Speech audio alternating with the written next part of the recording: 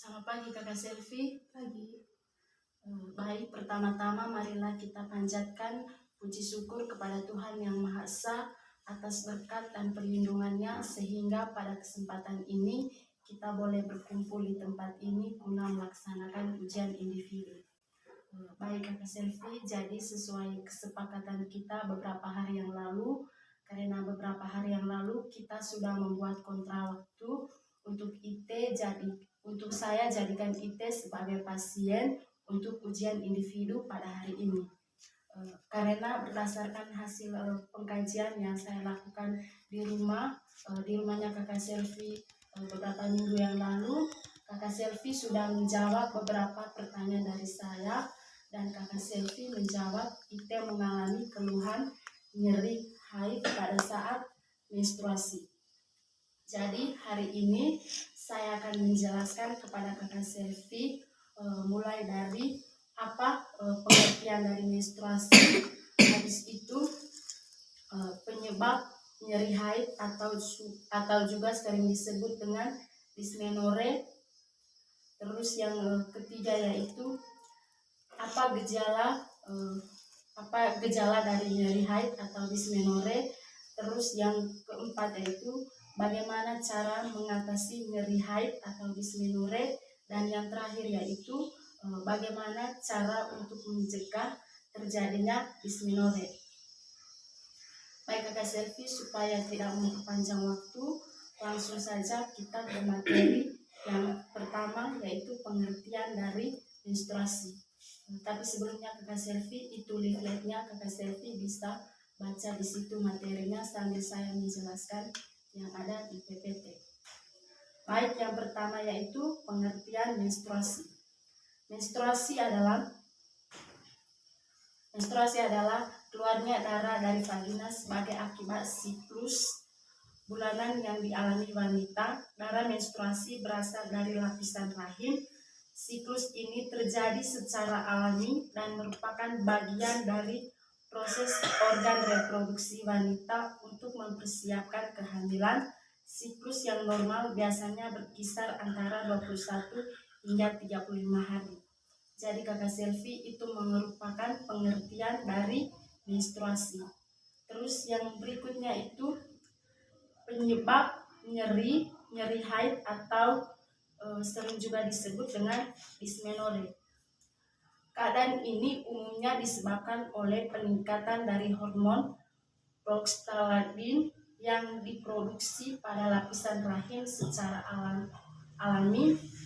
Rahim cenderung memiliki kontraksi lebih kuat semasa haid. Kontraksi rahim ini dapat menimbulkan keluhan nyeri. Jadi itu merupakan penyebab dari nyeri haid atau sering juga disebut dengan dysmenorrhea. Terus yang ketiga itu Kakak Selvi, gejala dari nyeri haid atau sering juga disebut dengan dysmenorrhea. Gejalanya itu berupa kram atau nyeri perut bagian bawah yang bisa menyebar sampai ke punggung bawah dan paha bagian dalam. Nyeri haid muncul 1-2 hari sebelum menstruasi atau di awal-awal menstruasi, dan rasa sakit terasa intens atau konstan. Jadi itu gejala dari nyeri haid atau dysmenorrhea. Terus yang keempat yaitu bagaimana cara mengatasi nyeri haid. Yang pertama itu Kakak Selvi bisa memijat atau mengompres air hangat di area perut yang sakit. Jadi itu cara yang pertama Kakak Selvi. Terus cara yang kedua itu berolahraga ringan. Berolahraga ringan itu seperti berjalan santai. Terus yang ketiga itu melakukan relaksasi misalnya dengan yoga. Yang keempat itu mandi air hangat. Ternyata mandi air hangat juga bisa menghilangkan nyeri pada saat menstruasi. Terus yang berikutnya itu mengonsumsi suplemen yang mengandung vitamin B6. Terus yang berikutnya itu perbanyak minum air putih. Kakak Selvi harus banyak-banyak minum air putih supaya mengatasi nyeri haid pada saat menstruasi. Yang berikutnya itu istirahat yang cukup. Dan kakak Selvi juga harus banyak-banyak istirahat supaya mengatasi nyeri haid pada saat menstruasi.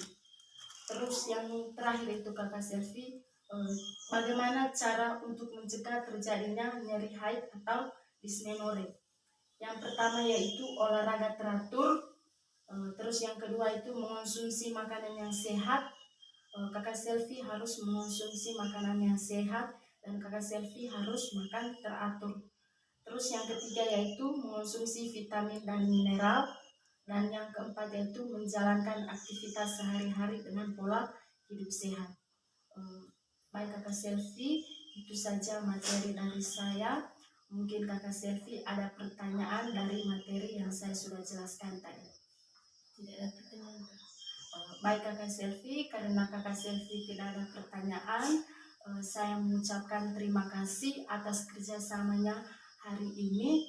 Semoga materi yang saya berikan kepada kakak Selvi dapat berguna serta bermanfaat bagi kakak Selvi. Akhir kata dari saya, selamat pagi.